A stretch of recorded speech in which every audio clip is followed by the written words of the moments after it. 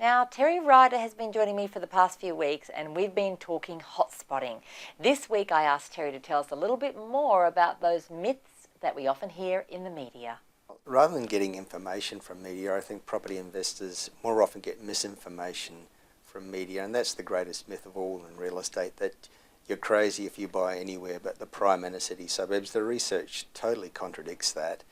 I've seen a lot of property industry professionals with a vested interest expounding that view, but I've never seen any of them back it up with any data, and that's because the data contradicts them. The best long-term growth is invariably found in the middle ring or outer ring suburbs, the cheaper areas.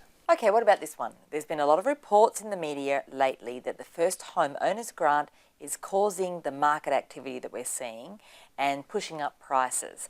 Do you agree with that? It was just assumed because the two things coincided, that when prices and activity started to rise was when the first home owners grant boost came in, but it also coincided with two other things. One was softer prices and, more importantly, sharply lower interest rates, and they're the two most important factors that have created the activity at the lower end of the market. And that's actually been shown by, there's quite a considerable body of research being done by now by various organisations. The most recent was Mortgage Choice, who interviewed first home buyers and asked them, why have you been in the market? And the answer is, first, prices have been down. Secondly, interest rates have dropped, so now we can afford to be in the market. And third, a distant third, was the first home owners grant.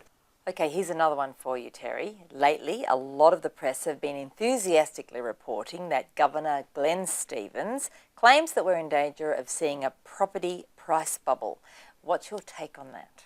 Well, Glenn Stevens never said that. He never said anything remotely like that. And when I saw the publicity emanating from this speech, I was instantly suspicious that it was a media beat-up. And so I got a copy of his speech and read it, and I listened to the audio of his speech, and I checked with his office, and he never used the words property price bubble. He never said anything remotely like that.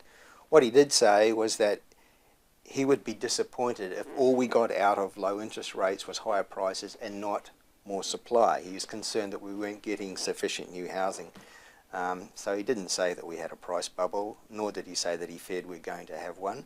And in fact, the data that's come out recently shows that we are getting substantial numbers of new dwellings being approved. Terry, one of the things that I personally hate is that newspapers are often talking about the Australian property market as if we only have one property market and that it all behaves in the same way.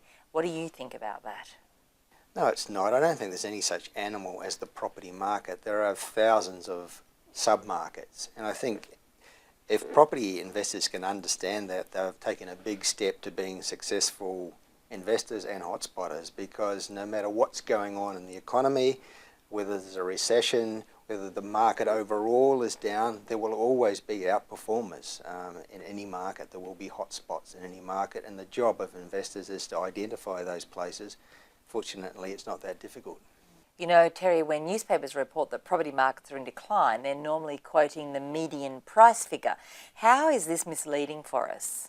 Well, we've seen that recently. We've seen that in the last, say, 6 to 9 months, where in most capital cities, the median house price across the whole city has been down, but certain sections of the market have been very strong. What the median price is telling us in those instances isn't so much the prices that things are selling for, but the type of property that's been sold. It's been dominated by the lower end, and that's dragged down the median price. It doesn't mean values are falling. So that's not one to trust then? No, median prices are full of anomalies. They're some of the most rubbery bits of data you will find in real estate.